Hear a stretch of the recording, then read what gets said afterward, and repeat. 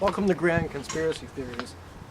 Today we're talking about water, what it takes to live, and the companies and people that believe it's not a human right anymore. It's a privilege, you have to buy it. Water in plastic is not okay. If you've seen what the oceans look like now, with microbits really everywhere, we should stop manufacturing this like today. But so many people need it. They need water to live. And like my dad said, it's better to give like a plant hot water than no water at all. It's better to drink some nice semi-poisoned, won't kill you today, probably poison you tomorrow, plastic water, and eat out of styrofoam like containers that it's a great container, keeps it fresh relatively, but like also impacts your food. Especially this thing is hot. You put hot food, like hot Thai food, into something like this, and yeah, you can kind of taste it. It sat for a little bit, and you're like, oh, don't leave hot bottled water in the sun because it will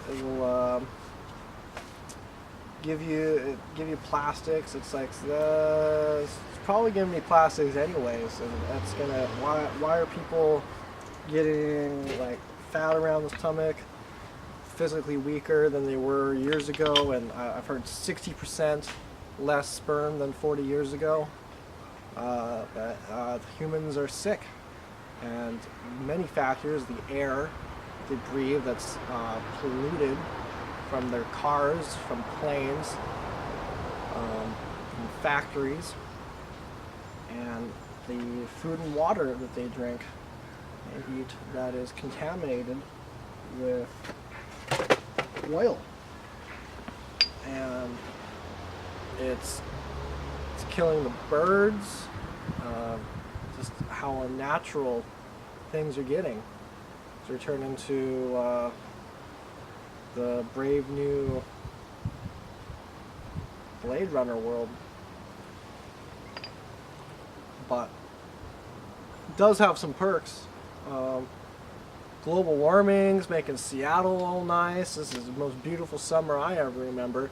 It's too bad I've been working for most of it, but from other people I hear it's nice. In this day and age, I mean, I got my chord chart. I got every chord ever for guitar on my wrist. I mean, it's not bad. Got internet on the wrist. It's everything I could imagine built into watches. It's incredible. Yet, why do my wrists have like there's always some residual red from the pressure and the sweat? Like it's like what are these going to do in the long term? They're probably mildly radioactive. It's got Wi-Fi in it. Wi-Fi affects how plants seeds grow. Will I have arm cancer in the future? I'm the experimental guinea pig to find out. So that's really all we are in this Petri dish, as we try to discover more about space, like yogurt thinking about the fridge. We're awakening as we're also spoiling. Has the peak of civilization come and gone, or is it yet to be here? Is it today? Is today the last day before the nuclear wars go off? Because that's imminent, I'm afraid. So there needs to be some prevention, pound of prevention. An ounce of prevention is worth a pound of reflection. So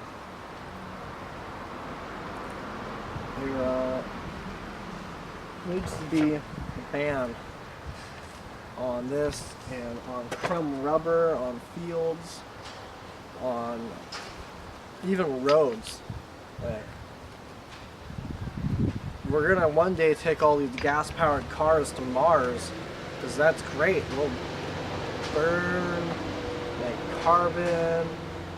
That's going to be our industrial landscape. Earth is the garden planet. We need to have all the surface space possible turn into plants.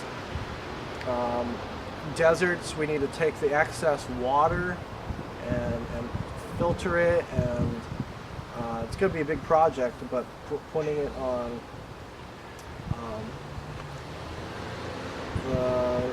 in the soil that's deprived of water. Great coral reef, we need to basically make a big, I wouldn't say net, but something to protect it, because it's dying way faster than we want to admit. As ice breaks away in big chunks, our waters are going to be rising. Our population is really high. I think that's a perfect formula for us to go into space. We'll have ships that are surrounded by ice to protect us from radiation, and we can take that water. Like you could even have like a mile ice, city-wide ships, and take a lot of the excess population. I mean, a world without some of the rich may be better, may equal things out. Just eliminating money in general, or if having money is still a thing, we need universal basic income to be standard throughout all nations.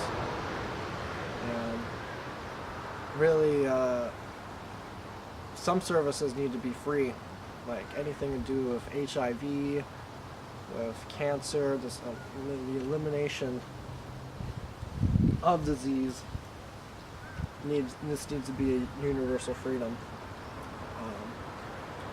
Even as doctors make lots from the pharmaceuticals, there needs to be more of a balance between the people and the cure.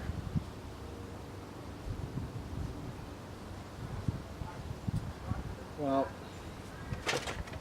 hope you avoid this.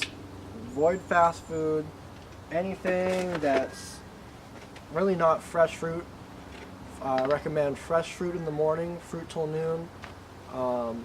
Yeah, no bacon.